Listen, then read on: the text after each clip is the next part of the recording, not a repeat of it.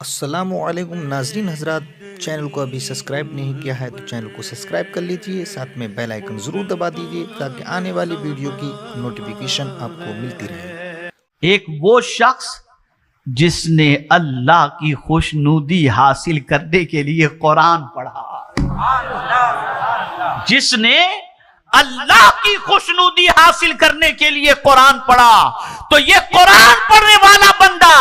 قیامت میں جب سب گھبرا رہے ہوں گے تو یہ مشک کے اونچے ٹیلے پر بیٹھا ہوگا۔ اللہ کی خوشنودی کے لیے قرآن، اللہ کی رضا کے لیے قرآن۔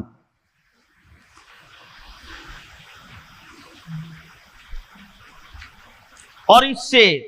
لوگوں کی امامت اس طرح کی کہ وہ اس سے خوش رہے، یعنی یہ قرآن جو پڑھتا تھا اللہ کی خوشنودی کے لیے، ساتھ میں وہ امامت بھی کرتا تھا، یعنی ایسا ہے کہ امامت کرنے والا بھی ہے، خوشنودی کے لیے اللہ کا قرآن بھی پڑھتا، اللہ کی کتاب بھی پڑھتا،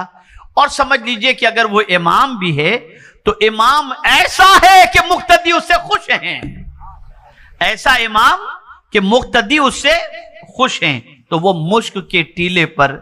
اس وقت تک جب تک کہ ساری مخلوق کا حساب نہ ہوگا اور ساری مخلوق گھبراہٹ کے اندر ہوگی، وہ مشک کے ٹیلے پر کھڑے ہو کر خوشبو کے مزے لوٹ رہا ہوگا۔ دوسرا، تبلیغ کرنے والا جو اللہ کی رضا حاصل کرنے کے لیے نماز کے لیے بلائے، سنی شرط ہے جی، اس کو ذہن میں رکھیں، عاشق رسول ہونا شرط ہے، ایمان کے بغیر کچھ بھی نہیں، ورنہ آپ سوچیں گے کہ وہ سب جو بلاتے ہیں سب نہیں، پہلے عشق،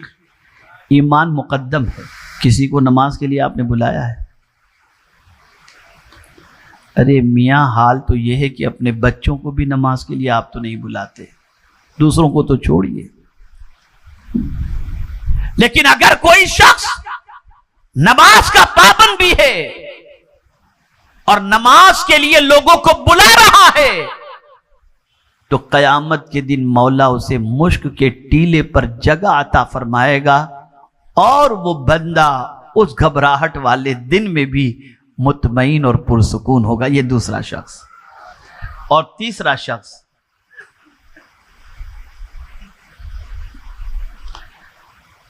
جس نے اپنے اور اپنے رب کے درمیان اور اپنے غلاموں کے درمیان عمدہ معاملہ کیا۔